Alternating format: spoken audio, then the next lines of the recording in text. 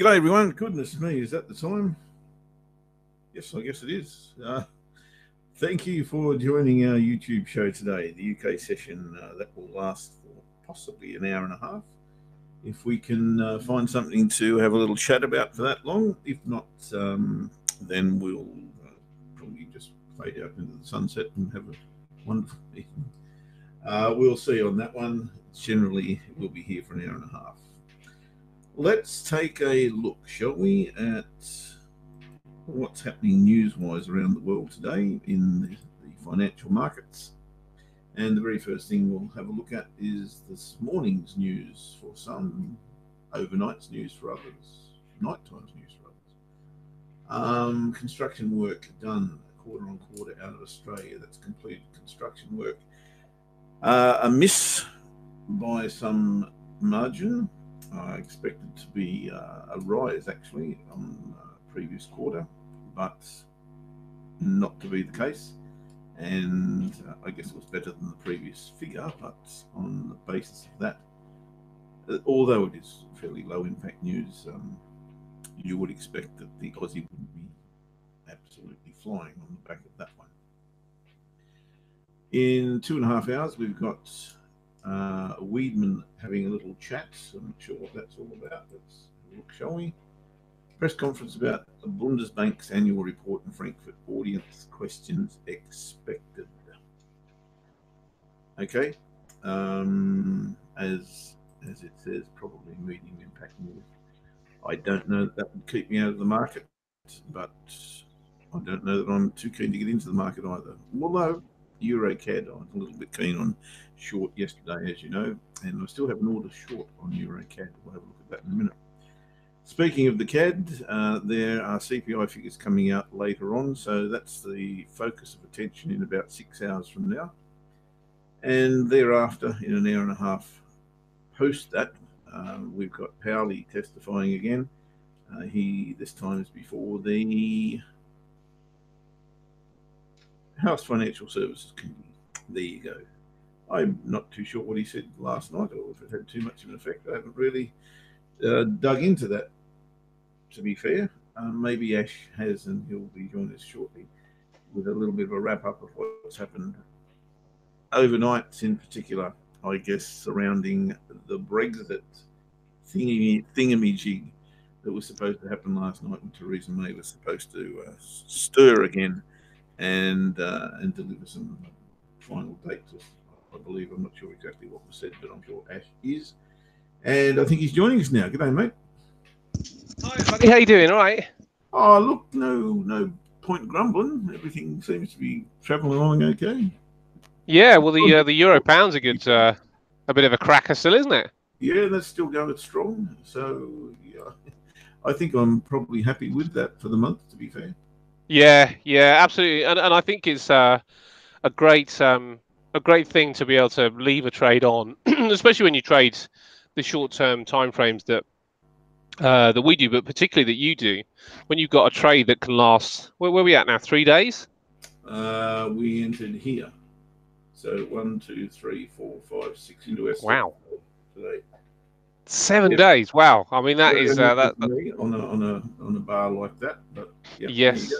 Yeah, I mean, testament to a great trade, but also I think testament that somebody that's just managed to get into this pound trade and give it a good a proper riding, because this, who knows what could happen from here. I suppose as things settle down, things could be different. We got further news today from the UK. Theresa May. It was a strange announcement yesterday. Actually, interestingly, the pound has come through as well against the dollar. So it appears now that the pound is starting to break through some fairly significant levels. I think on the longer term time frames, it's still yet to do so. But well, say longer term time frames. Let's say on the primary time frame, i.e. the monthly and the weekly, it's yet to do so. But certainly the dailies are just starting to pick up some pace. And also what's quite interesting is that I don't think it's going to matter with this particular currency pair or this particular currency, I should say, if it gets overbought or oversold, you know, or oversold in this case, because I don't think the indicators are going to play much of a part. I think when the pound is let go, it'll probably be like a pack of wolves and just charge. And I think there's probably going to be some significant momentum if this can continue holding specific areas. I think it's just going to continue to drop. My trade wasn't so fortunate, however, and I will show you what happened to me. I thought you might be going okay. Do you know, mate? It was almost a well. It was well. It'd be good to get your opinion on it. Actually, Yep, maybe sure. we'll talk about the trade. Well, should we talk about it now, or should we talk about Brexit first? Well, I guess since we need to talk about trading in the future, I guess we should deal with Brexit first and then come back. Okay, so what she has promised is that MPs are going to get to vote on whether or not they're going to delay Brexit. So you know, she kind of put it back in the hands of the MPs. So she hasn't taken charge of this, and in a lot of ways, I think it's quite a clever tactical move, you know, that she's done there, because instead of saying we are going to delay Article 50 and really losing face within her party and Parliament and probably across the country, she says you can decide. You know, let's see if we can get my vote through. So her vote is still happening on the 12th of March. On the 13th of March, they're going to vote on, if her vote doesn't get through, whether they need to delay Brexit. So she has thrown it back to the MPs to take responsibility for all their pushbacks against her particular deal. Correct me if I'm wrong, but yeah, they're voting on exactly the same thing they voted on last time, rejected. Am I right? Well, last time when it was rejected, you know, by a landslide, a landslide amount of votes for any British Prime Minister. Yes. For 1,000 years or something, a crazy amount of time. So what she said she would do is go. The reason that the ERG, which is the European Research Group, and many other Brexiteers specifically voted against it, is because of the Irish backstop issue. And the Irish backstop issue, as everybody knows, is something that keeps us a hard border away from the island of Ireland. So there's no hard border there. And what the ERG and many other Brexiteers want is assurances that it will be legally binding that the EU will eventually come away from that particular scenario. So they won't be a soft border, if you like. You know, what they're looking for is technology to eventually come and be invented that they can use it. So there's a soft border, but there's still a border in Ireland. But right now there's going to be no border. So effectively we're still part of the EU because goods and services can come through that particular landmass without question. So what the ERG and Brexiteers want is it legally binding that will stop within a certain period of time, like 2 years or something. All Theresa May has got is effectively a handshake to say that will happen. So they want something a bit more substantial. And it's interesting that it's only that one matter that is stopping them voting for Theresa May's deal. So yes, she is coming back with pretty much the same thing, but they've said that one little tweak will get their full support, and it may even get some Labour MP support as well. We don't really know. The Attorney General is the one who flagged this up in the first place and said it's not legally binding. What the European Union is saying about the Irish backstop is not legally binding. You don't have to go down that. There's no way that we can say we are now out. You know, they can say, oh no, it's just a loose agreement. So effectively they're saying that we have to stay in. So Theresa May is trying to sort that out, and if she can sort that out, she's going through all these negotiations right now, and if she can sort that out, then she will probably come back to Parliament, and it may well get through. So it does seem like March, right? That's the 12th of March, yeah. I mean, it does seem like there's a lot of votes that she's got to turn around, you know, for that to actually happen. But we'll see what happens with that. Yeah, so that's the 12th of March. On the 13th of March, if her deal doesn't get through, then they get to vote on whether to extend Article 50. Now, today there's an amendment going down to take no deal off the table. Because of how damaging it would be, and interesting, overnight as well, the government have released their own report and their own paper on what a no-deal Brexit would look like, and it is catastrophic when you look at what happens. Yeah, well, this is the thing. They've been resisting against publishing this paper, but finally they've been forced into publishing it, and it's come out, and it's awful. You know, what can happen is awful. The goods and services that are going to get held up at the borders, which when before the Brexiteers have said that food prices will come down, inevitably a lack of supply puts food prices up. So there could be a 9% hit on food and other items, you know, if there's a no-deal Brexit.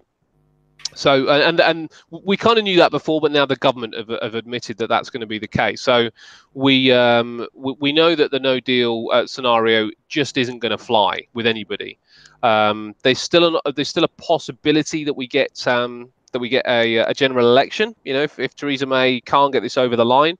That might be the next thing that happens. But certainly, as things are starting to unravel and unfold at this particular time, I'd say that the Remainers are still just about in charge. You know, it's like a Star Wars trilogy right now, where the Empire and the Brexiteers won the last film, but in this film the Ewoks are fighting back. So I'm starting to see maybe the tide turning a little bit, and there's still a doubt about this second referendum, but it's certainly a possibility. But I think the key thing to watch is not necessarily the 12th of March, but the key thing to watch are statements from the EU and the Prime Minister of whether they've sorted out this Irish backstop. You know, that she's trying to negotiate, but she was in Sharm el Sheikh for a weekend and nothing's happened. So there's no real kind of movement one way or the other.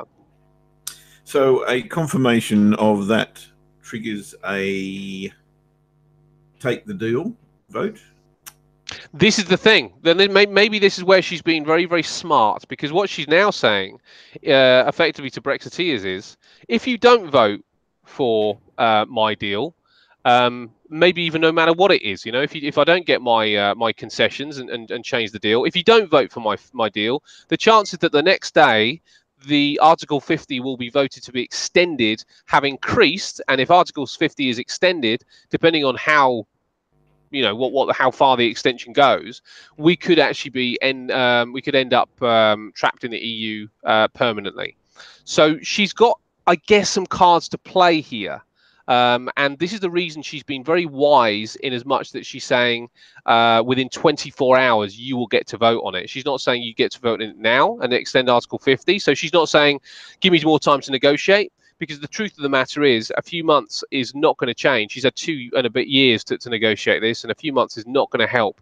If it was just crossing the T's and dotting the I's, then it would. But this is such a tenuous aspect of the negotiation. This Northern Irish backstop, it's not going to make a blind bit of difference.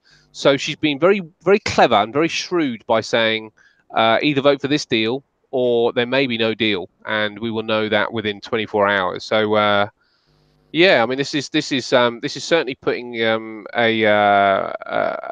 a bit of pressure on those Brexiteers. What are they going to do from this point? And at this point, they're not balking. They're not saying, yes, we will vote her deal through, you know, at the risk of not leaving. They're just saying, no, she's got to get this backstop right. It's not acceptable to us to have a backstop that is in its current form. Okay, so end of day, to turn that into trading, there's no real reason for change at the moment. Well, this is the thing, and this is why I say it specifically, you know, for your benefit, because you don't have anything which is where the landscape has changed. If anything, you know, it's probably got better. And today we have further amendments being put down, which would extend Article 50. We have an amendment which suggests that there's a softer version of the extending Article 50. I'm not sure how you can get softer than that, but all the legislation I think being put down today is pretty much being about softening everything. Okay. We will watch with interest as always, but as you say, it looks like there's really no need to adjust anything that we've got in place at the moment. And I guess if you're bullish the pound, try and find a dip somewhere. Oh yeah. If you can find a dip, I don't know. I'm not sure if there's any news on the pound today, but let's have a look.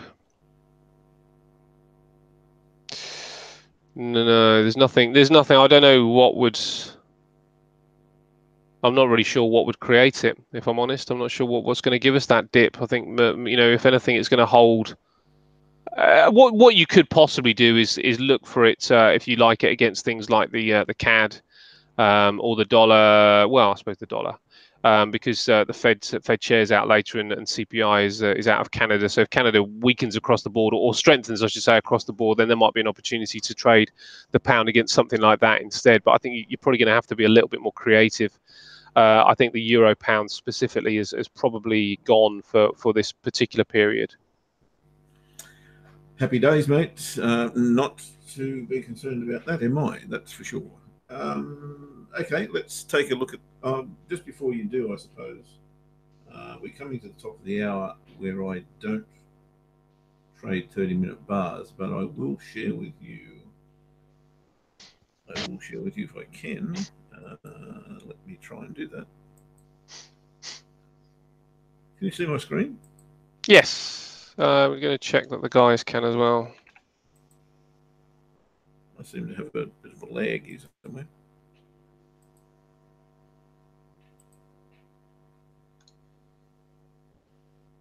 Okay, with any luck, you can see my screen.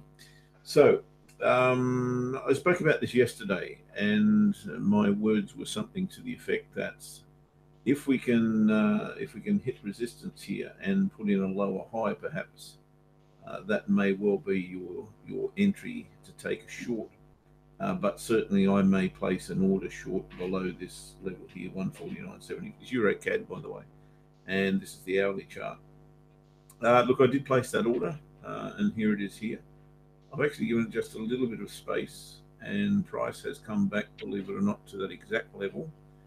Well, it's not hard to believe because that is the most significant level on this chart right now, in my opinion. So I'm a little bit sad that I sleep through the night sometimes, but that was the entry right there, without question.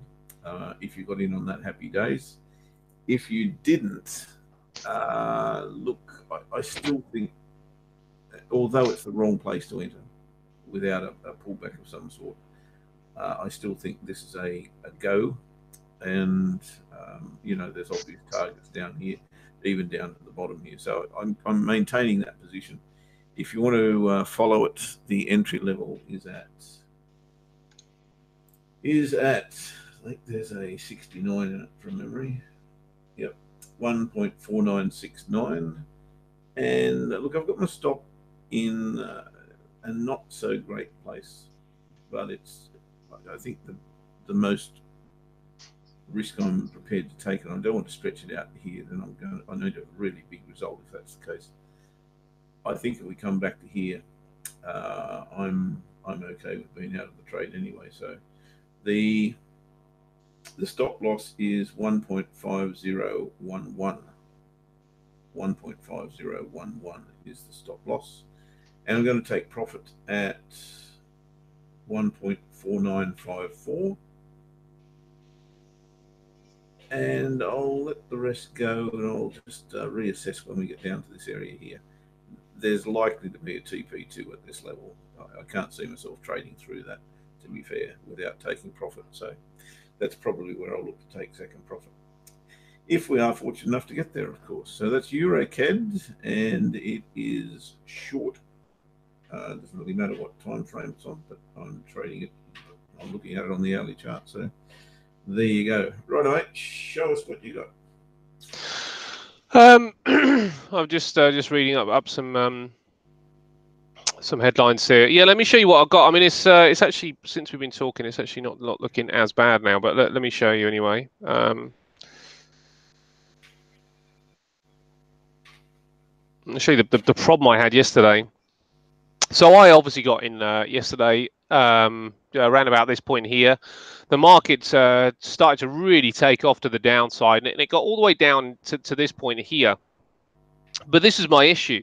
And I'm even wondering whether I should maybe just come out here because of this price action. But when we got down here, the jump back to the upside was swift, and there was nothing I could do here. That maybe there was one opportunity to say, okay, that's as much profit as I'm going to take. But at that point, I didn't really have too much which suggested it was just going to bounce back to the upside. But when I started to see this inverted head and shoulders and looking pretty aggressive, I thought I pretty much lost the opportunity, but I stuck with it, and actually, as I say, since we've been talking, it started to go back in my favor anyway. So it's not too bad. I suppose the question is, would you have tried to take some profit somewhere down here and then re-enter as it came up? I mean, I suppose that's the obvious thing to try and do, but I'm not sure whether that would have been possible for. Well, this is the thing. Well, this is the reason I've stuck with this trade. The reason I stuck with it in the first place is that it hasn't hit my target. My target is quite a bit below, and I was looking at this area, and I was thinking, what is holding this up? It's nowhere near this low. Still got a little way to go before that low. It's nowhere near. Every line I drew on the chart did not seem to meet the price. It's nowhere near there either. There was one level over here that if I really kind of manipulate, if I manipulate my line enough, I kind of found it. But even there, it went below that particular point. So I had nothing that suggested that it should bounce at that particular point. The only thing is that and this is the reason that I find fundamentals so imperative to what I do. This started to bounce when the vote had been and passed through Parliament, because I suppose people were expecting a delay to Article 50, and that's what created the move to the downside in the first place. They were sort of like relying on the news that was being reported that Article 50 would be delayed, and the pound was continuing to strengthen through that. And when that didn't actually come, with that little nuance that Theresa May added about the MPs voting on the delay, it did start to move back to the upside, and it started to move back to the upside with some aggression as well, and some confidence. And it was starting to concern me. I just saw all the profits slip away, because it was okay. The profit was okay at that point. It was pretty good, but as I say, it wasn't. It's still about 30 pips away from where I wanted it to be. So all I could really do was hold out and just rely on the fact that the longer term time frames, that's the hourly, but the longer term time frames were really just at a resistance point when it did raise up to that point. I had moved my stops to break even, and as you can see from yesterday, the daily pivot was just above, my this is my entry here, and it was just below my entry. So I had moved my stops at that point to around about the break even point. So as it closed in there, I was thinking, that's it. I've done this whole kind of run because I've held on, but. I'm now glad I did, because, as I say, as we were talking, the developments have really kind of helped me out, and it has started to push to the downside. The Asian session yesterday also seemed to be fairly negative, so I guess that there's some follow through from that.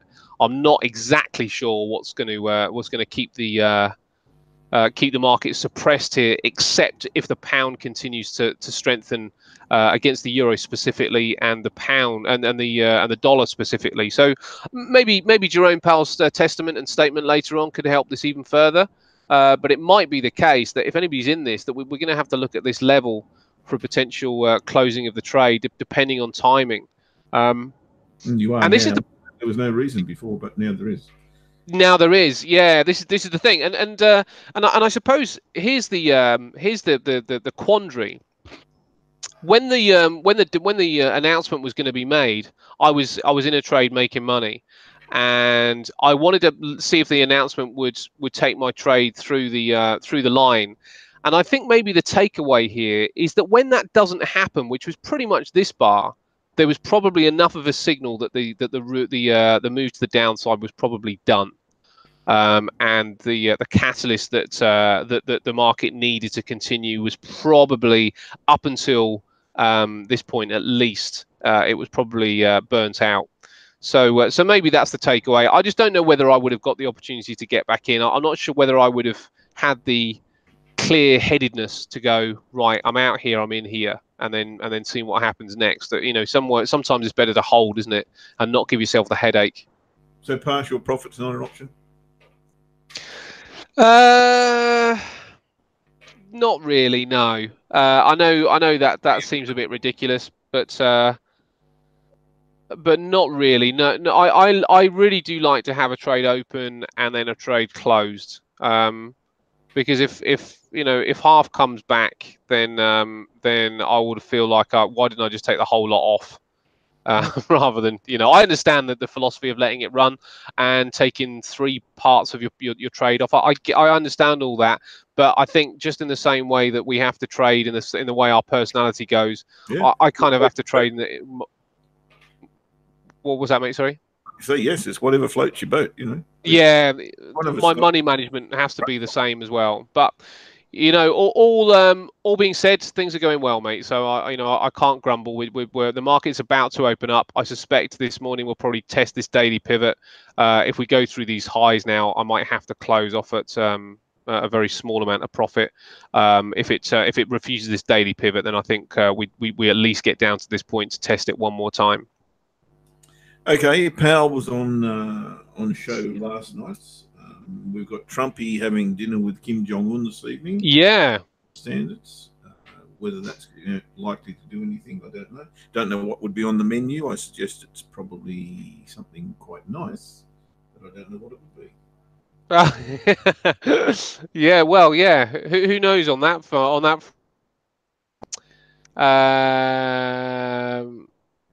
The interesting thing about Jerome Powell is that before he was quite happy to be patient. And I suspect that may continue. So we might not have too much in the way of trading opportunities off the back of that. I don't think he's going to change things. No, it was kind of like you could pretty much read what he was going to say into or from the FOMC statement, and then later the FOMC minutes, which were exactly as pretty much every economic forecaster had forecast. It's a case of, okay, we're hastening slowly. We're not going to look at raising interest rates in the near term, or certainly there's going to be a slowdown. So the market really should have been expecting exactly what he did say, and as I understand it, that's what he said. Yeah, I think that's the case. I don't see a whole bunch of news out there. I've got a little headline saying there's going to be more votes on the direction of Brexit on Wednesday, which obviously today, including an amendment to prevent no deal. Actually, I didn't know that. That's interesting. A couple of Brexit-sensitive UK stocks will update too. So I didn't know the amendment was to prevent a no deal. That's the Yvette Cooper, Cooper. I can't remember the other guy's name. So that will be voted on. So actually, we could be getting a pretty big day then. That's got to be pretty good, isn't it? If they actually take it off the table.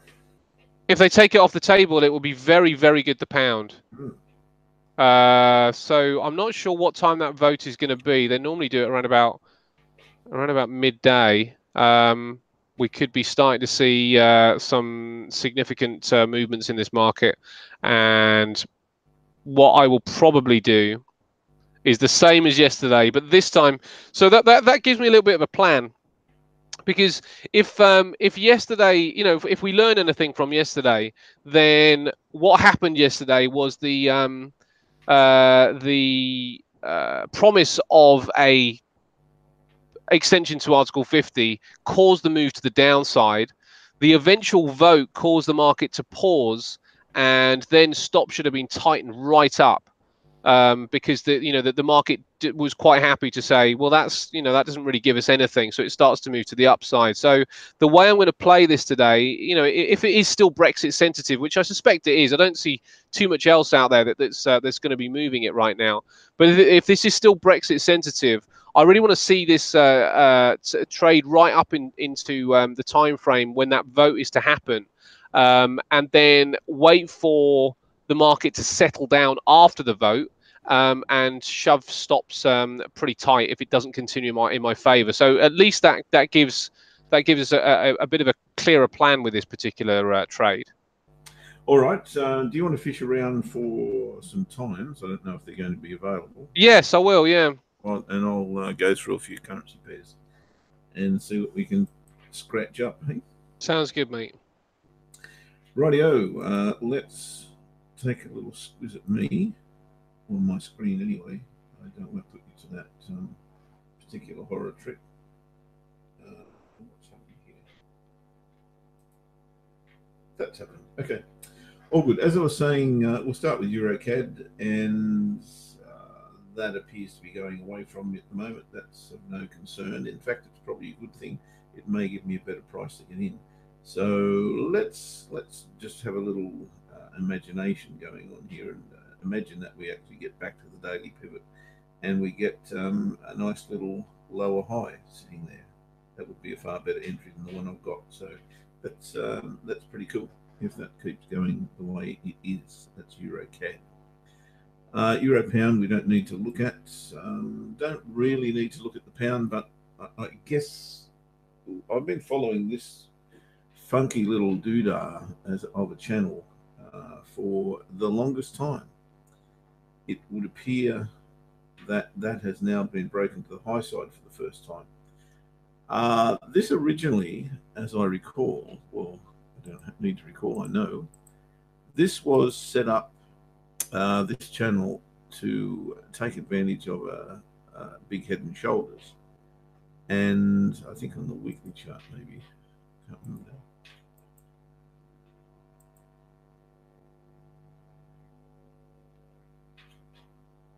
Yeah, we're looking at this one, I think, and I can't remember if I could have traded that off there. That would have been my want anyway. Depends on what time of day that candle happened. So this has been bouncing up and down, and I think I've probably told you guys before. Anything that's got boundaries on it for me is something that I call a range, and I like to trade ranges. And when I see resistance, I'd like to trade to support, vice versa, vice versa, vice versa. So this little channel here I've been following for quite some time, and now it has been, for the first time, broken to the high side. This may well be a significant thing, and if we take into consideration all the fundamentals surrounding pound at the moment, you would tend to think that is significant. So yes, how do we get into it is the question. Well, you could take a real big gamble if you're not in a pound long position at the moment and just enter the market. Gee whiz, that is something that I would not do, but each to his own, I guess. I would most certainly be waiting for a retracement of some kind. This is overcooked at the moment and needs to come back if it's to be traded in a, inverted commas, normal fashion. May not get that chance though, given what Ash has just said, and that news that keeps coming out daily now. Obviously, as we get closer to the event, there's manoeuvring to and fro all over the place. You can imagine what it's like in the boiler room of what is UK Parliament. Must be incredible. So they're doing it again today. That's expected to keep the pound buoyant, and to get into this move right now is going to be a tough assignment, I must say. The euro, on the other hand, has got to my mind, at least a boundary. Speaking of boundaries, and that is here at the monthly pivot and resistance trend line confluence area. To trade it to there, yeah, look, I'm okay with that, but I need to have something that gives me that opportunity, and that is always going to be a confluence area for me. At this point in time, that doesn't appear to be an option. That said, if I were to use this line here, that gives me confluence right here. So I'm thinking perhaps if this candle were to close where it is, and then I got a little retest of this area, that may well interest me straight away to join the long brigade. It's not the worst entry. You'd have Fibbo fans probably going, okay, what sort of retracement is that?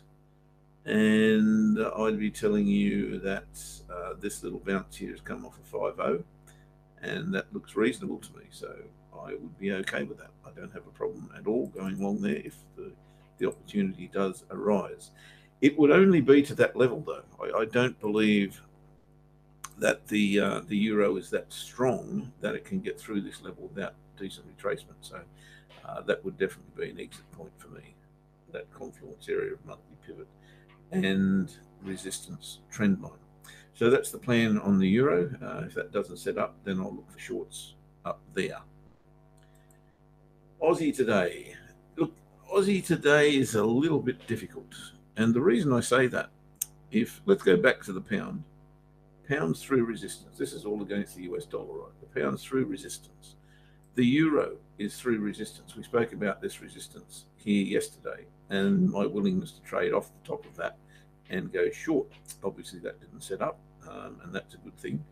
But it has broken this resistance box here, this consolidation area. So that appears to be free and loose to go to that level as I've just described. The Aussie, on the other hand, hasn't really broken through the obvious resistance that I see here, which is this level, though it has, if you are prepared to call this level here 71,635 as I've got it. It's only soft resistance, I've got to say, but it is resistant. So I guess in that regard, today we are looking at a currency pair that has poked through soft resistance and is at, I suppose you'd call it, another level of soft resistance. But it's a little bit harder because we've got this level through here as well. So there is a bit of a confluence there of resistance. So I'm calling that a harder level than that one. And for that reason, I think there is definitely the opportunity to trade this back towards the pivots. Now, the daily pivot is way, way too close to trade to. So I need to see that probably broken, or at least get far enough away from it to be able to take profit before it. That doesn't seem likely, to be fair. So I'm looking for maybe this candle to retrace, give me a little bit more consolidation above this trend line, come back below it, and then retest the confluence area. Or even do that now, break below the daily pivot, and that level would be better, then retest it, and that would give me a trigger to play the short here. To weekly pivot in the first instance, and then in extension, probably down to the monthly pivot. That sounds okay to me for the Aussie today. EuroCAD we already know about. There's no entry there yet. Again, what I'd like to see is price get up to here and give me a better entry than I've got, but that may take a little bit of time. We don't know. Pound yen, again, back to the pound. Tough to be trading this short, and for me, impossible to be trading it long. So I call it NLNS, no long, no short, and we'll move on to another cross because that would be far too hard to trade for me right now. Pound yen. This has come off dollar yen, and looks for all intents and purposes as though it's got meaning in this move, But that said, you can see the two white lines I've got here. That probably depicts the range on this daily chart. And I guess these two bars are that range as well. So we really haven't got clear of that area.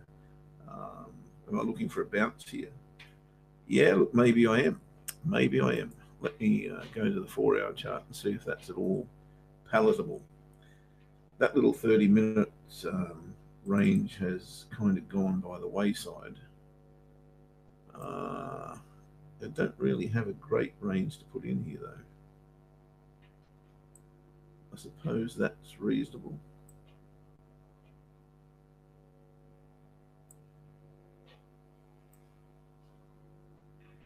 Oh, Angus is in the house. Okay, so I'd be looking for price to get back into this area. That would be what I'd be seeking. Let me get that out properly. If it did, I'd be willing to trade it back towards here. The pivots are a bit of an issue. The other way to look at that is, of course, if price were to come to the pivots and give me a lower high, then this momentum could well continue. So I'm not committed to anything here, but I'll see what price action gives me. Euro yen, look, I do have an order long on this cross, and I haven't told you anything about it because price is absolutely nowhere near my entry. Question mark for me is, do I keep it in the market or do I cancel the order? Look, I'm going to give it a couple of hours and see what the market actually does. This candle here will probably tell me the story, and it's a daily candle, of course. So I'll have to dig down a little deeper than that if I'm to trade or if I'm to consider cancelling this, because by the end of the day, if it's still here, then I'll definitely cancel the order. But I'll dig down a little deeper, and that becomes a little more interesting to me now because we haven't had a close below that level on a 4-hour chart yet. In fact, we've rejected it 1, 2, 3 times on our way down to this level. So let's keep our eye on that. That may well be a precursor to what's to come. In that, if it can't get below here, then the obvious option is for it to bounce off it. Now, if it were to give me a better entry than I have up here, then that may be worth having a look at as well. So I'll keep my eye on Euro Yen on all time frames and see what we can come up with. Yeah, that looks a bit different now on the 30-minute time frame, but this is not a 30-minute trend line, so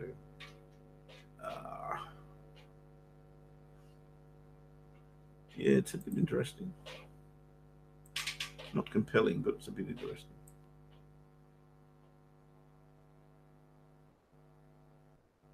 No, I like the bigger time frames. I think that's a bit messy for me. Let me stick with the 4 hours, and obviously I'll come back before the end of this session and give you my opinion on what I will or will not do. But for the moment, if you want to follow that daily trade, I've got an entry at 126.24, and I've got a stop loss of 54 pips. I'm going to take profit 1 at 30 pips. I'm going to close a third of the position. I'm going to take second profit at 96 pips and close another third of the position. And I'll just let the rest rip. That second take profit is right on that white line there. So if it gets through there, there is some chance that you'd get a bit of a bonus out of this. But I think the money is to here, and 2/3 off at that point. That will do me, I would think. The rest will be a bonus if it comes, as I said. Aussie yen. Well, going back to what I've said on the Aussie. If you refresh my memory, I'd like to see that come down to here. So I'm short biased the Aussie, and therefore I'm probably short biased Aussie yen as well as we come off the top of this range also. Tough to get in here with a bearish bar like that. So that's a daily bar. Of course, I won't be trading it. Would like to see something of a a little bit of a trend line coming through here. That's very cheeky, I've got to say, but worthy of note. Yeah, it's going to be tough. I wouldn't like to trade a break and bounce off there. That's a little bit too close. I'd have to see price get back to here somewhere. So there's nothing there for me on Aussie yen at the moment. Euro Aussie, as you can see, we are still inside last Thursday's candle here. So it's really tough to be predicting, breakout areas on Euro Aussie. I'll leave this one alone. I think I don't like where it is. We've got an inside bar, inside bar, inside bar, inside bar. It's too tough to predict for mine. So I'll leave that one alone. Aussie CAD's looking a little better because it is near the top of one of my ranges, as I call them. I'd like to see that hit there, and then I'd look to trade it off that. But at this point in time, I suppose I could play a bounce off the monthly pivot to that area. Let me inspect that as a possibility. No, you can see how messy it is. This cross is just all over the monthly pivot. Doesn't really want to get away from it. So that makes it tough. I would like to see it here, and then I can look for shorts. That's about it, I'd say. So a few orders in the market. Well, 2 orders that haven't triggered. Euro CAD still under there, looking for a better entry. And was the other one Euro Yen going in the opposite direction? A long way from entry. We'll see how all of those pan out. Did you find anything out, Ash? You're kind of busy there, mate. Yes, it looks like midday. We got PMQs, which is Prime Minister's questions at midday.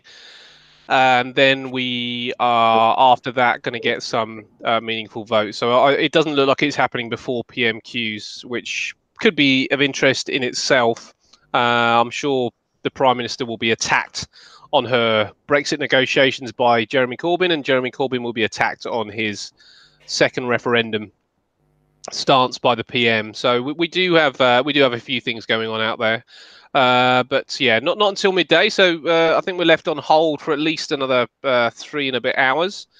And when it comes down, the only problem I've got now is that this is edging towards this low again, and there's a high probability of a short-term bounce, but it's only a short-term bounce that I'm going to probably be looking at here. So this is always the difficult thing. Now, this kind of brings us on to a question that Mark has put in.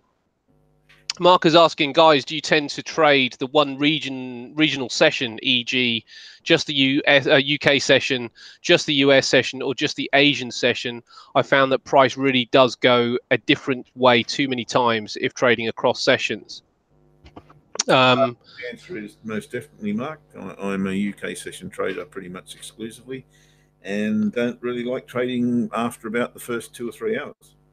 Yeah, and it's the same for me, just in as much that I will trade the UK session, obviously, but that's the one that the FTSE 100 is most susceptible to, that and the US session.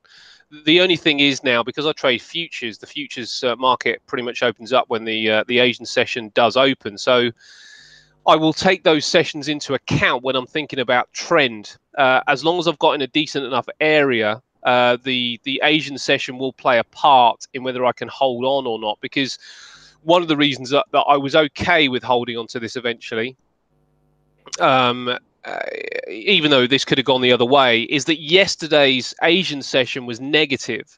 So to my mind, I didn't really have too much of a concern. This is the Asian session bars here, but I didn't have too much of a concern that it was probably going to be going higher, because they were quite happy after the summit between Xi Jinping and Donald Trump had taken place.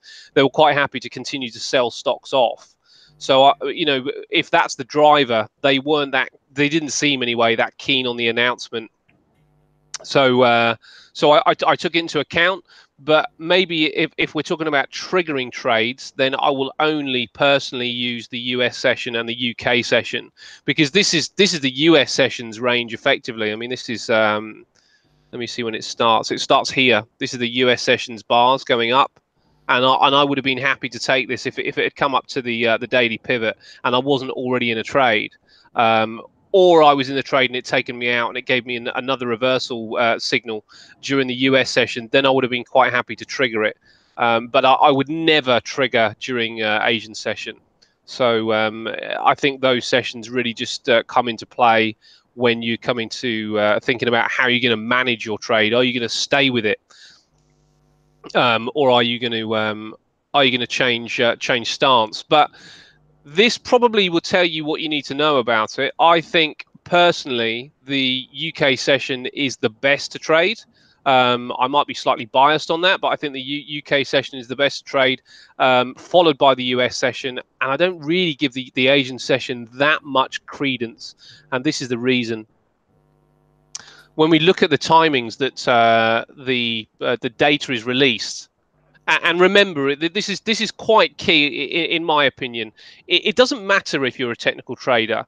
What you do need to recognize is that it is news that creates moves. It's not the technical areas. The technical areas give us points of interest and prices to get in.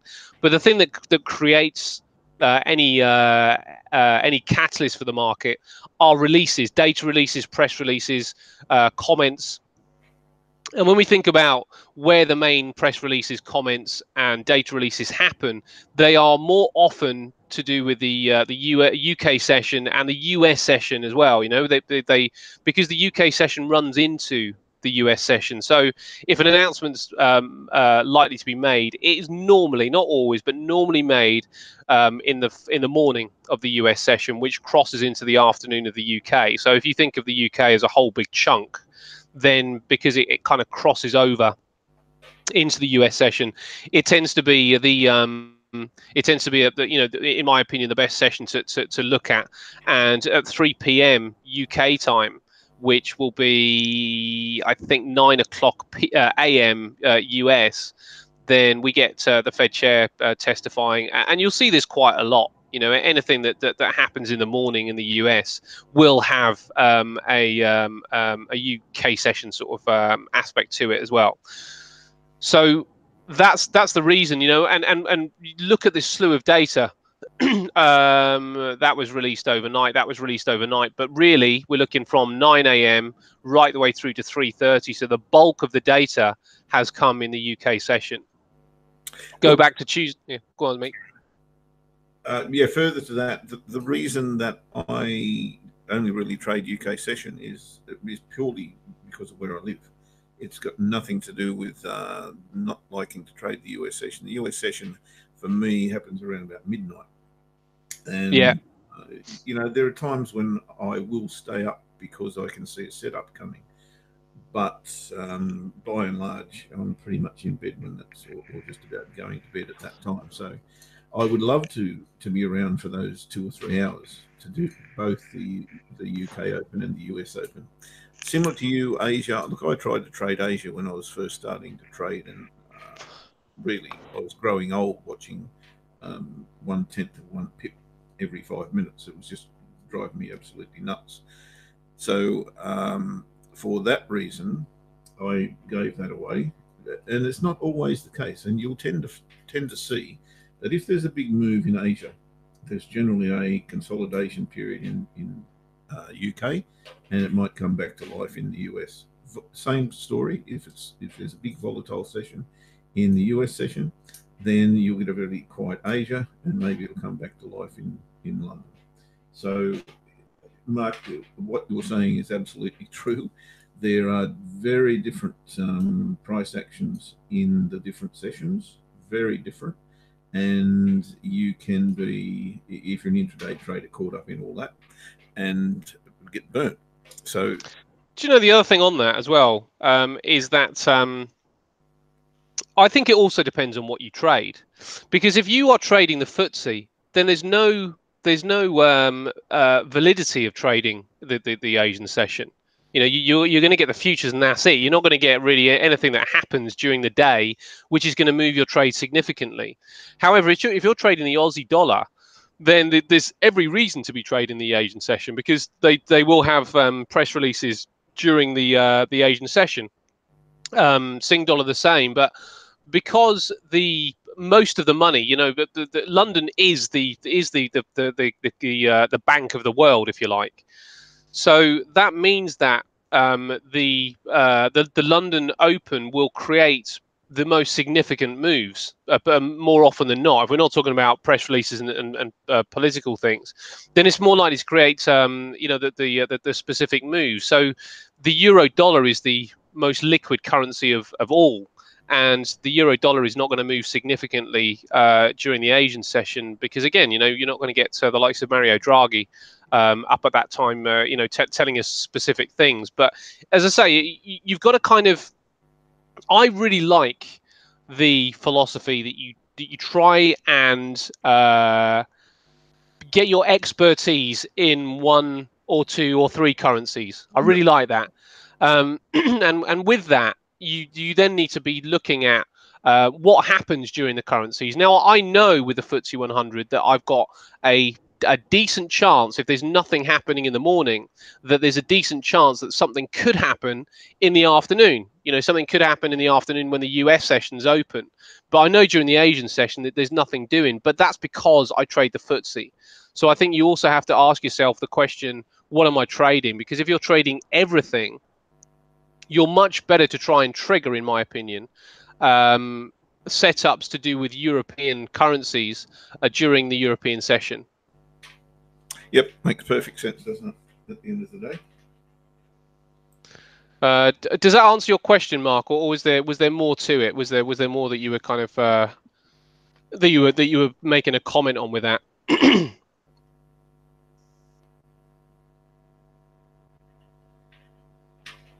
You see, this is the other call, mate.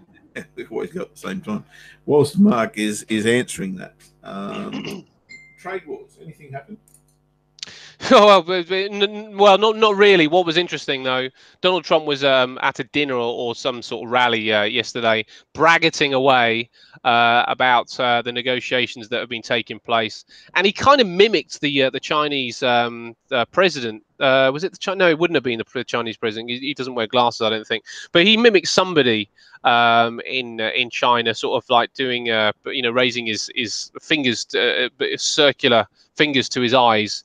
To show that the person was wearing glasses. Now, I don't know whether you could say that that's real mimicry or not, but I don't think it was that well received. He was talking about 3 basketball players that had been arrested in China, in Beijing for shoplifting, and he said that he wanted these basketball players, any chance of them getting released. And he said the Chinese official came over and raise his hand to make some glasses. He said he's wearing glasses. He's got this iPad. Boom, they're released. So he was kind of bragging away about how much power he's got and how swiftly people will do his bidding. But at the same time, maybe doing it in a way which was kind of disrespectful, which is really him all over, isn't it? This is the thing with Donald Trump. He's got no subtlety or sense of occasion whatsoever. So he's back in the news for that. I don't think that's going to change the trade wars necessarily, but I don't think we have too much in the way of trade wars. And I have to say, I think that the Chinese officials probably think they are dealing with an absolute buffoon, and with some. Yeah, with some fleet footing, they could probably get around him. But I suppose the cultures are so far apart. They're poles apart when it comes down to how they approach society. The chances that they could work out how to get around Donald Trump are maybe quite slim, but they should be able to, because the man is he's just an idiot. Yeah, look, I guess we can say whatever we like about him, but he certainly gets things done. There's no question about that. So I guess he has a redeeming feature. Yeah. I would go with that, mate. That's about all there is. Yeah.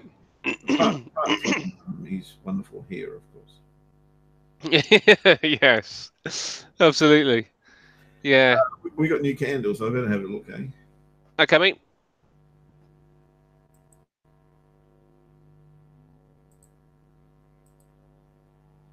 And bingo. I hope bingo. Your screen came back. Why? Oh, there we go. Okay. Look, I'm not going to look at euro pound. There's absolutely no point in looking at euro pound. There's absolutely nothing to do there for me. Just keep watching it and hope it just keeps going. That would be good. Cables, look, it's quite the same really, but when I have a look at this chart, if I don't take into consideration what the massive momentum is, then I've got to be thinking I've got a double top here. But gee whiz, look at that bar. That's on fire and looks ready to go, doesn't it? It really does. If I totally ignore fundamentals, that's what I see though. I see a double top and I see a potential triple top sitting here. That doesn't get me in the market, of course. What would give me a consideration would be if we maybe came down to this trend line and then put in a lower high in this area here. That would be a trade with profit at this level. And I don't think I'd like to trade through there, to be fair. So if I got kind of 1.5 to 1 to the daily pivot, I think I'd be happy to take that and call it a day. Just close the trade as soon as it hit the daily pivot. So I'm not completely ruling it out, but gee, it's really tough to be trading against it. That is for sure. But everything must retrace. There's no such thing as a one direction. So I'll continue to come back there and have a look. Certainly, there's no trade there at the moment. Euro dollar has also put on a little bit of a spurt. There's nothing there for me to do. I need a confluence area to trade from, and there's nothing there. So, answer no. Aussie's come down and tested the daily pivots, and at the same time is creating, or looks to be creating, a new low. That may even go lower. Again, I need something to trade off. The daily pivot by itself is not enough, so I have to wait again on that one. Euro CAD, we've got that order short. Let's have a look at this bar here.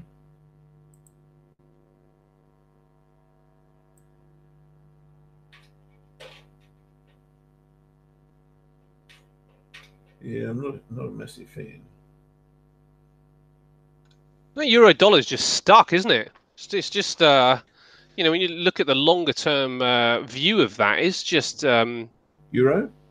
Yeah, I mean it's amazing, really. What what happens with the euro is just really if you are comfortable trading the highs and the lows of this, then the price action always seems to come back. Yeah, I'm certainly comfortable doing that.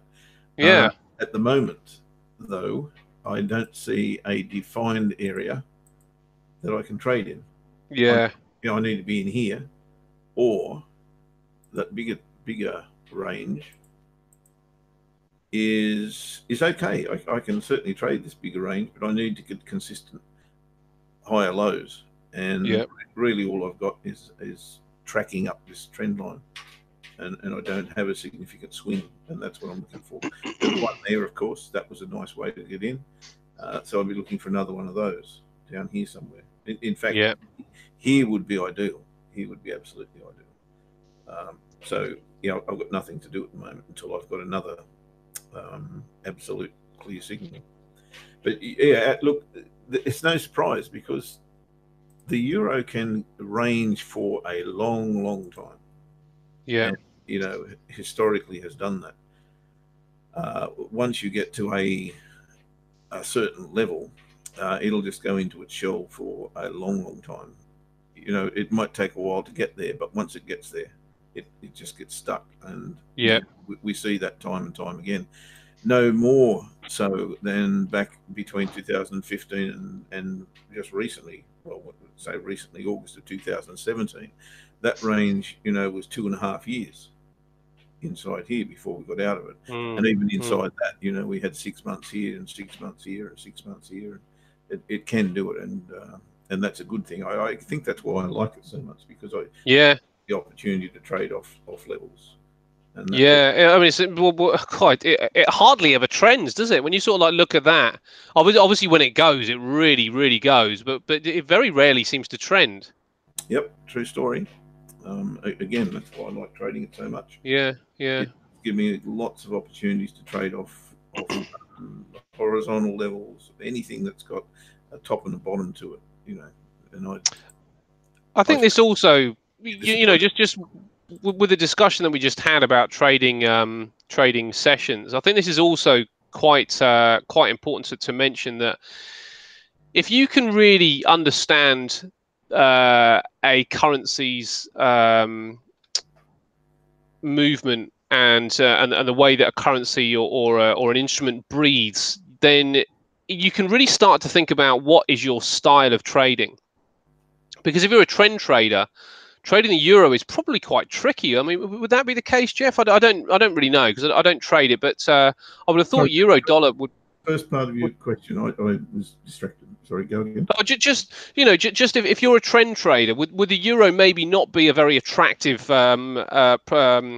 currency pair? Because if you like ranges, the euro looks absolutely cracking for trading. And I think if you start to look at currencies and start to look at instruments and try and get the feel of how they move, then you can really kind of slot in the right instrument to your particular style. If you really are a trend trader, then I'd be thinking certainly you're going to avoid the euro Swissy, but maybe the euro dollar as well. I mean, obviously it happens at different points, and they all kind of take the baton at different times. But you know, I think you could probably go through the charts and historically look which one trends the best, and think, right, well, I'm going to focus on this because I'm a trend trader. My signals are going to be much more powerful on this particular market than anything else. I think if you're a trend trader on a medium to longer time frame, or end of day time frame, then you probably will struggle a little bit with the euro per se. But if you recognize that the trends, when they do start, give you two very strong legs normally. So off the top here, you've got one strong leg and a second strong leg. But then you take note that generally those two strong legs will get you to a resistance or a support level, and that's the time you need to get out. So, yeah, you know, you've got to be a genius to get the first leg most times, but the second leg, you know, if you're prepared to wait on that, okay, there's your entry there, maybe. If you get that down to the bottom, and you know that's what I'm trying to do as well. I'm not trying to trade the trend at all. I'm trying to look for that lower high off the top, you know, and that higher low off the bottom. It's always what I'm trying to do. That's exactly what I'm trying to do now. So it's this part of the chart that is really, really cool. That's no good to me because I can't get in, you know, but this is good because I can get in. I'm coming off the top and I'm getting lower highs. Bang, you know, you can get it. Yeah. So that's the secret, I think, to the euro, no matter whether you're trend trading or otherwise. If you're prepared to trend trade, if you like, on smaller time frames, and you're willing to trade only the second leg, I think that's where you can make your money. As a trader. You know, it's crazy to say because you're exiting in only one phase where trend traders are absolutely wanting the trend to continue. But as we've seen, and as you've noted, it doesn't often go that way with the euro dollar. Yeah. So, that's my little piece of advice to anyone. It's really interesting chart that. Who's looking at that? You know, this happens time and time and time again. And as I said, there's no way in here for me, but there's a way in here. There's a way in here, and there's plenty of ways in here.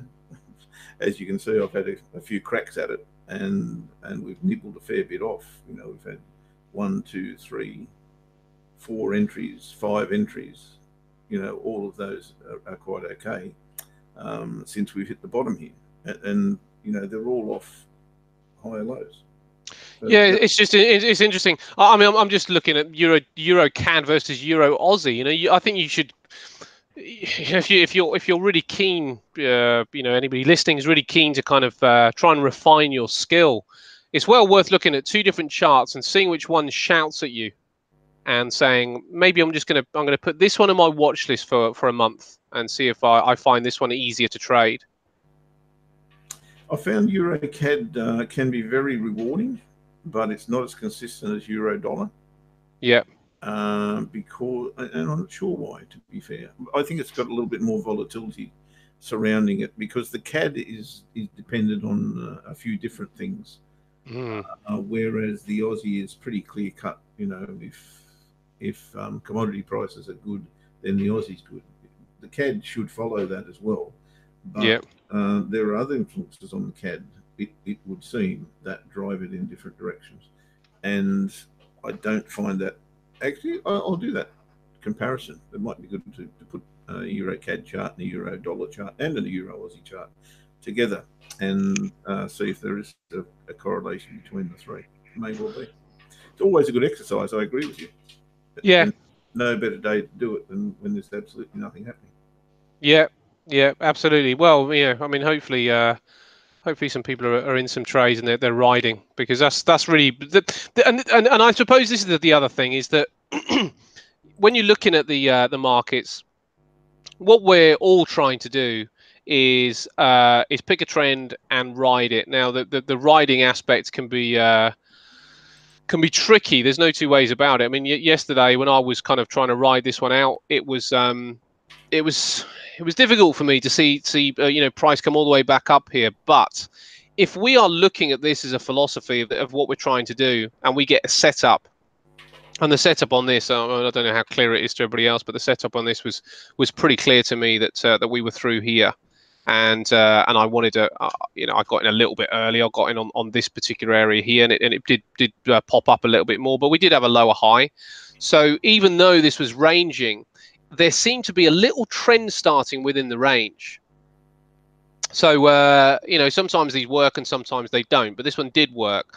And really, after we are in a trade, certainly earlier in the week, this is my favorite time to be getting into trades. I think it gives us a much better space. And again, coming back to the sessions, it's no different when you think about what happens from one year to the next. Bitcoin 1 year was flying, Bitcoin the next year was tanking.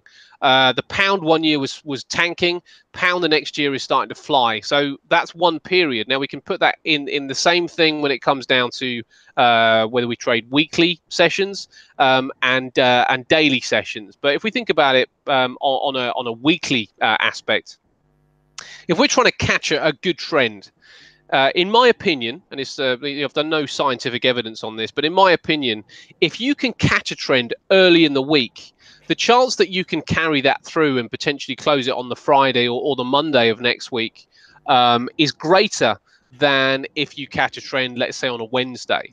And really what you want to be trying to do, if possible, if it's out there, is triggering in a trade at the start of the week and seeing if you can then ride it through the rest of the days, particularly if there's no news and data that could change things around.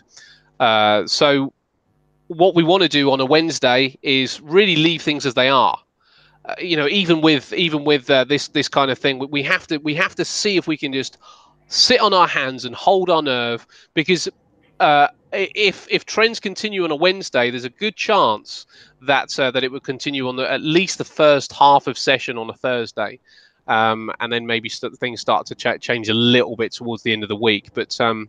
But I think looking at the different sessions is another aspect of this. Looking at timing is another aspect of this, and what can improve your trading and give you an indication of how long you can hold for. Sometimes we're holding until the market takes us out, but we should be aware that every period has a slightly different sentiment.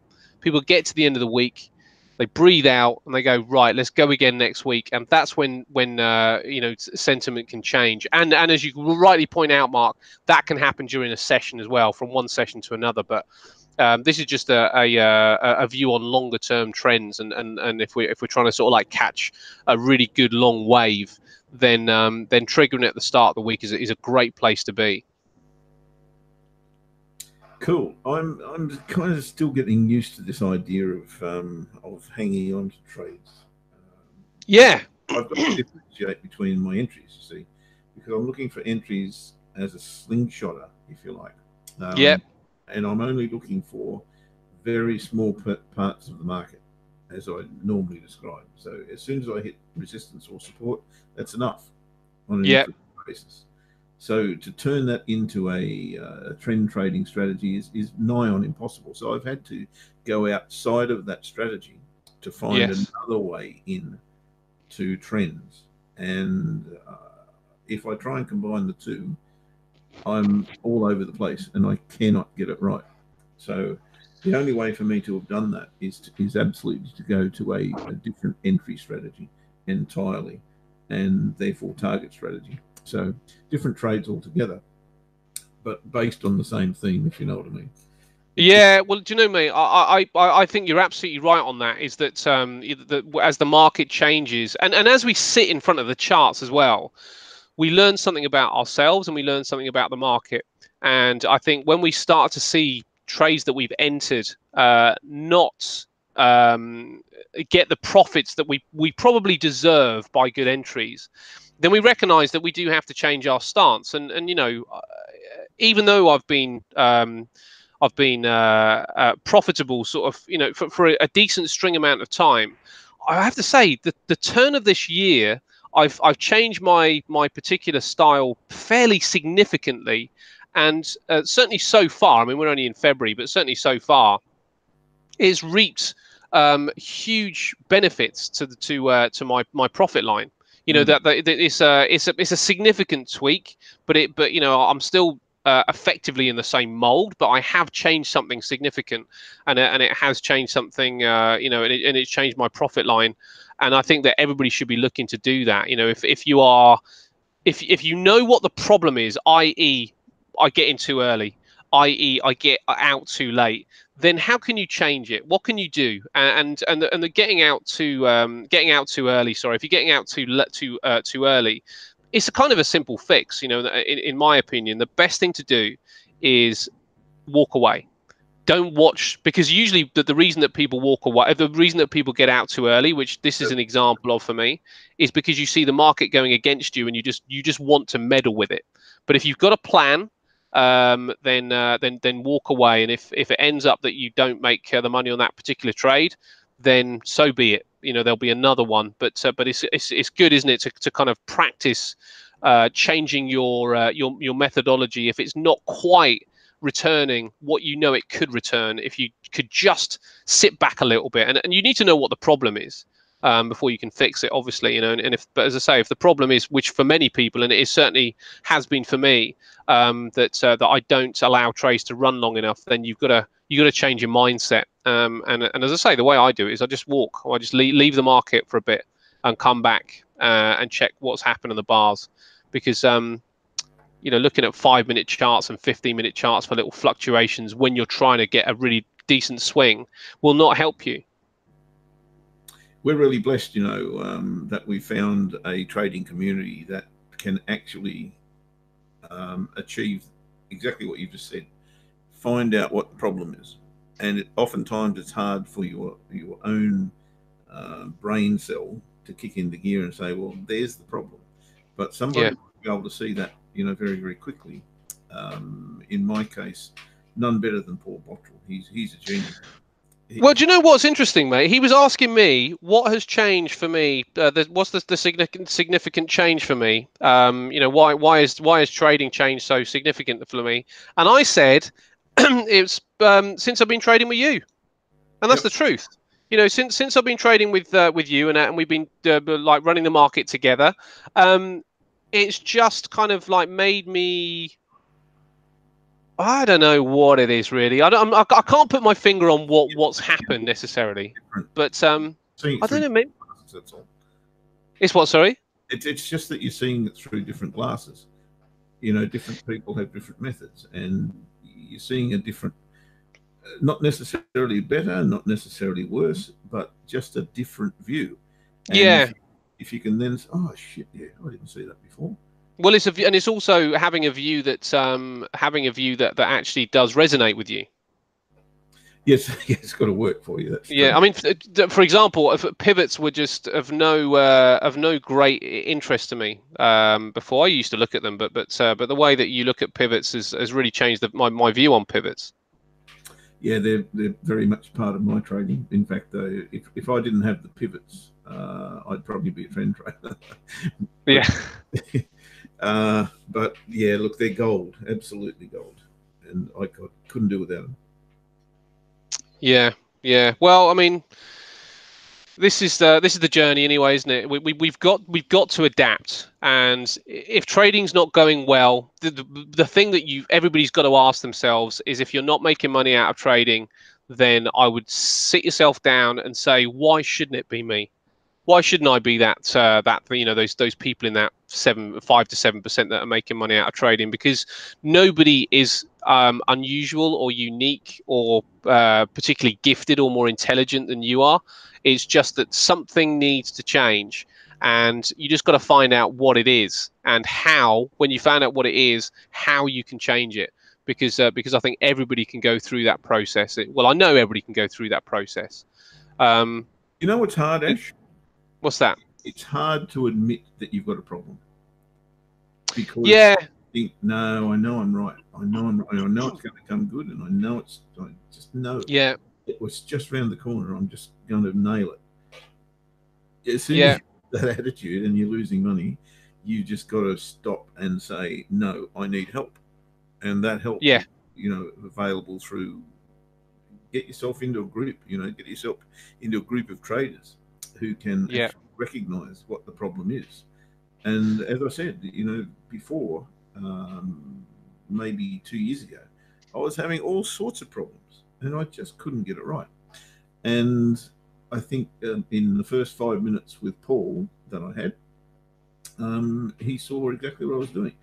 And I knew what I was doing, but I couldn't see it, if you understand what I'm saying. yes, yeah, yeah, yeah, I'd learned years and years and years ago, and I just wasn't doing it. And it's just a light bulb comes on, and you, oh my God, why didn't I see that? And as soon as you stop it or change it, you get back to where you need to be. And that's yeah, the value of having a community such as this. yeah, absolutely, yeah, absolutely, and you're absolutely right, because interestingly, the other major aspect for me was talking to another trader as well about their approach, and it really did kind of change the way that I approached the market, and it had nothing to do with strategy. It had all to do with money management.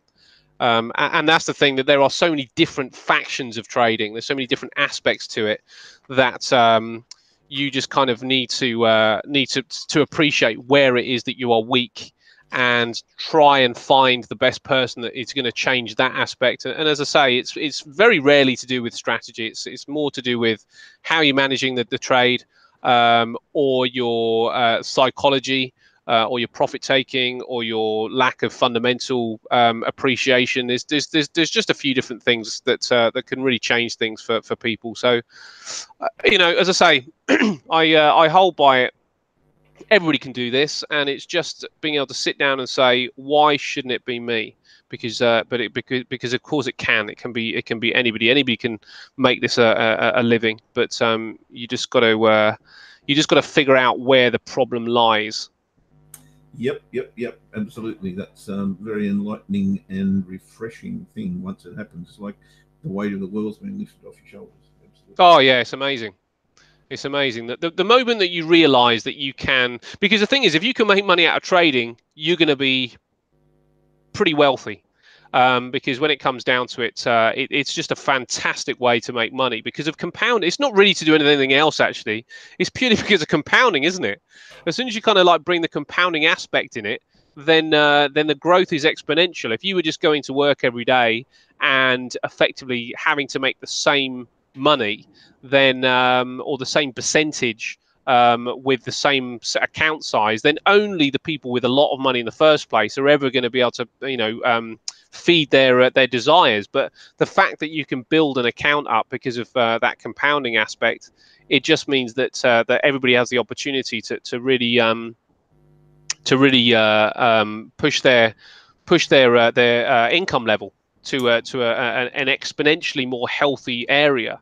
Yes, leverage needs to be treated with the utmost respect. If you are trading poorly, leverage is a very, very bad enemy. But if you're trading well, then leverage is absolutely your friend, and Yeah, it can give you quite a nice income if you're just careful. You don't have to make millions of pips. You just have to do it the right way. yeah. Absolutely. Well, we're Also, pretty much wrapped up anyway, mate. My trade is going mhm.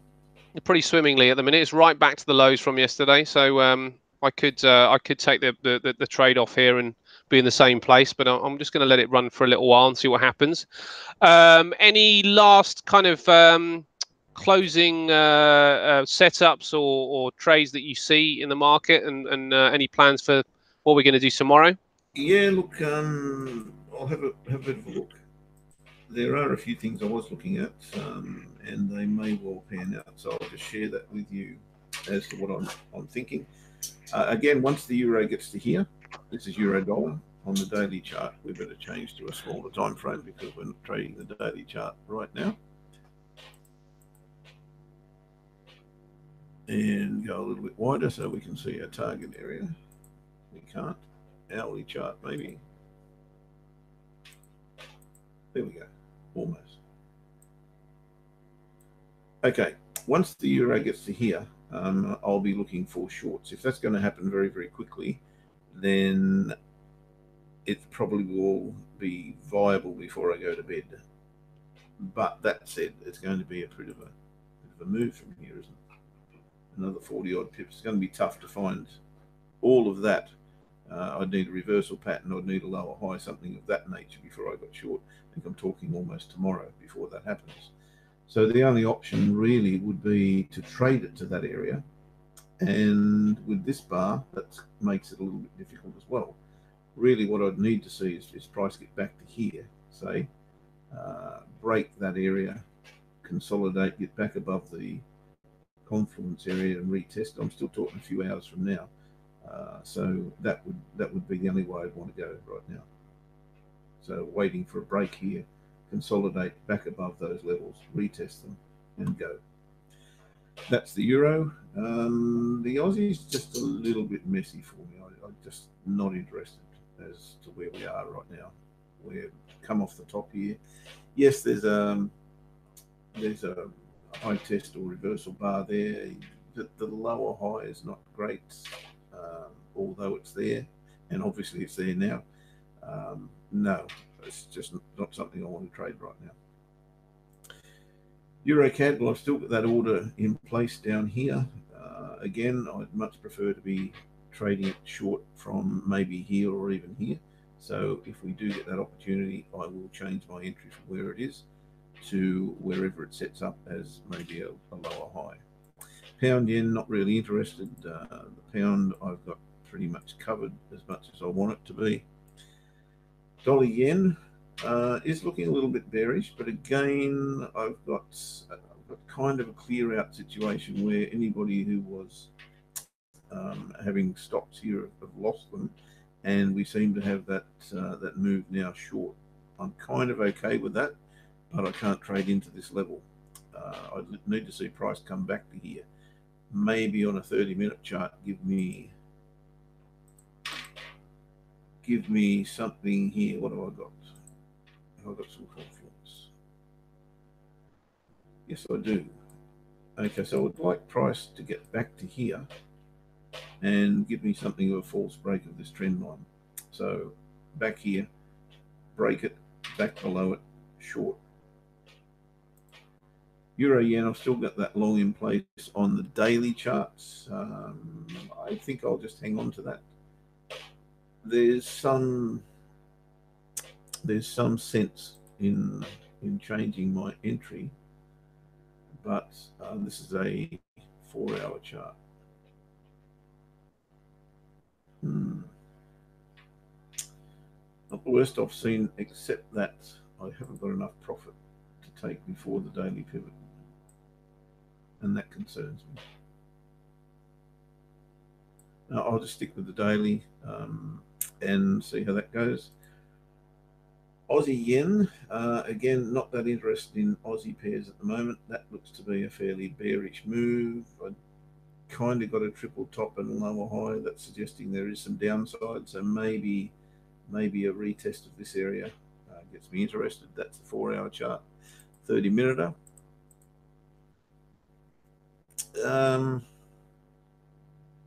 Kind of gone on the 30-minute. So no, 4-hour only. Just a couple more. Euro Aussie. Again, we're still inside this bar from last Thursday, so picking direction here is really tough. From a 30-minute point of view, we are at the top of a range, so that interests me, of course. Let's put that in there in case you can't see it. So this may provide us with a trade. We'll call it there. Okay, so as we hit the top here, what we're looking for is something like this, you know, at least a double top, and then a lower high. So give me the double top, come back below the weekly pivot, retest it, away we go. That's what I'll be looking to do on Euro Aussie. And finally, Aussie CAD, that little range that we've been in for almost a day, or a bit over a day now, has now broken. That's a fairly bearish sign. So similar to Euro CAD, that's what I've been looking for.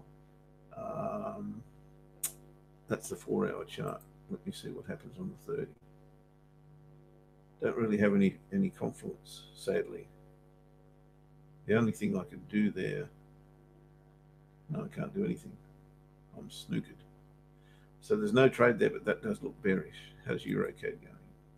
Still doing nothing. So yeah, mate, a couple of possibilities, but I'm not that keen to be in the market right now, apart from the ones that we got running. So I'm all good. How about you? Okay, mate. Well, yeah, I'm pretty much the same for me. I'm just going to let this one run. It hasn't quite hit my target yet. The significant thing for me is the daily chart, and